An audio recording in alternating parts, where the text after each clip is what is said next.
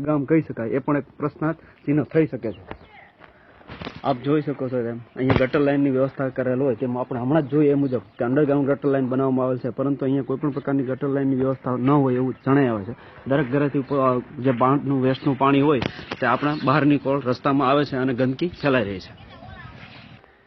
સ્વચ્છતા મુજબ આપ જોઈ રહ્યા છો તેમ ગામના એક શેરીઓમાં તેમજ નજીકના એરિયામાં પણ આ પ્રકારની ગંદકી આપ જોવા મળે છે, જ્યાં જ્યાં ઠેર ઠેર નકરા ઉકળાઓ પણ આપણે ધ્યાને આવેલ છે। તો આ પ્રકારની કોઈ પણ જગ્યાએ સ્વચ્છતા કરેલ ન હોય એ આપની નજરે જોઈ શકો છો। તેમજ આ અંતર્ગત અન્ય જગ્યાએ આપણે જોઈ શકો જરૂર વગરની વસ્તુઓ પર રોડ કચરા ઉપર જ્યાં ત્યાં ઉકળાઓ, ગંદકીના ઢગલા તેમજ જરૂર વગરના બાવળીઓ ઘરની આજુબાજુની શેરીઓમાં ઉગેલા હોય જેને પણ હટાવવામાં આવેલ નથી, તો જોઈ શકીએ છીએ। તેમજ અહીંયા ગટર વ્યવસ્થા પણ બનાવવામાં આવેલ હોય, પણ ગટર વ્યવસ્થા કેટલી હદે સારી બનાવેલ છે એ આપની નજરે જોઈ શકો છો। અહીંયા જે ગટર લાઇનનું જે ઢાંકણું છે તે પણ તૂટી ગયેલ છે। તો આમ એક જ દિવસ ગઈકાલે જ જાહેર કરેલ છે 25/3/2017 રોજ જાહેર કરેલ કે આદર્શ ગ્રામ કારિયાણી, પણ આ શું હકીકત છે, શું આ સાચું છે? અહીંયા બનાવેલ છે દરેક વસ્તુ શું સારી છે? અહીંયા રોડ વચ્ચે આપ જોઈ શકો છો જેમ ગટર લાઇનનું ઢાંકણું તૂટી ગયેલ છે, આજુબાજુના ઘરના વાસીઓને આવવા જવામાં મુશ્કેલી પડે છે, કોઈ પણ જાન જોખમી થઈ શકે છે। તો આ કેટલી હદે વાજબી કહી શકાય?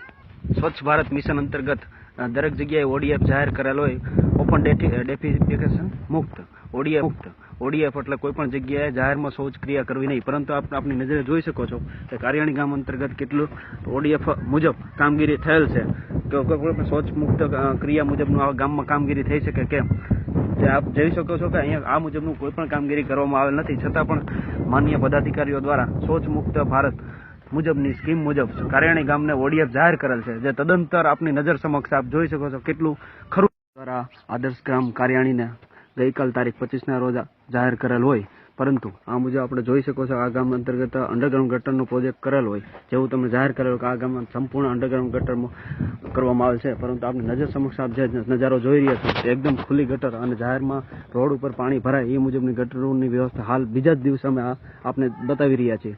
તો ગઈકાલના રોજ આ માનનીય ધારાસભ્ય દ્વારા કઈ રીતે આદર્શ ગામ જાહેર કરેલ છે એ પણ એક પ્રશ્નાર્થ ચિહ્ન છે। ગામમાં કેટલા શૌચાલય બાકી છે? તમારા ઘરે છે શૌચાલય? નહીં? તમને ઓલી સરકારમાંથી સહાય મળે છે 12,000 રૂપિયા, એવું કઈ સહાય માટે તમને કઈ જાણ છે? શૌચાલય ઘરે બનાવવા માટે પૈસા આપે છે, તમે બનાવ્યું? કા ઠીક, કેટલા કામ ઘરમાં બાકી છે કઈ ખબર?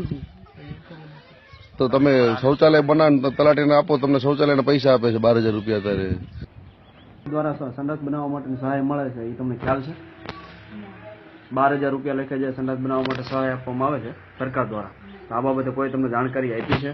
જાણકારી આપી છે પણ ફોર્મ ભર્યું કે હવે તમને કરી દઈશું સરકાર, હવે તમને કરી દેશું, એટલે હજી સુધી કોઈ પણ સામાન કે કોઈ પણ વસ્તુ તમને દઈ ગયા, કઈ દઈ ગયા ખાડો ખોડવા માટે કોઈ પણ પ્રોસેસ ખાલી ફોર્મ ભરાણું છે, બીજું કશું થયું નથી? બરોબર છે, એટલે તમે લોકોએ રજૂઆત કરી છે પણ આ લોકોએ અહીંયાથી કોઈ પણ આ મુજબની પ્રોસેસ કરેલ નથી। બરોબર છે, તો તમે હવે બનાવવા માટે તૈયાર છો, પણ જો સરકાર સપોર્ટ કરે તો આ મુજબ તમે બનાવી દેવાનું છે, બરોબર ને? અને અત્યારે તો શૌચાલય નથી તો તમારે તો બહારની તરફ જવાનું રહે ને, એટલે એ ખૂબ જ તકલીફ વાળી બાબત છે, કારણ કે બધી બહેનો માટે બહાર જવું બહુ ખૂબ જ ગંભીર બાબત છે। તકલીફ છે પણ શું કરે, મારે હાવ જાડા કોઈ હાલી જ નથી શકતા તોય જવું પડે। બરોબર દાદા, અહીંયા વ્યવહાર તમારો બધો રોકડેથી જ થાય છે કે કાર્ડથી થાય છે?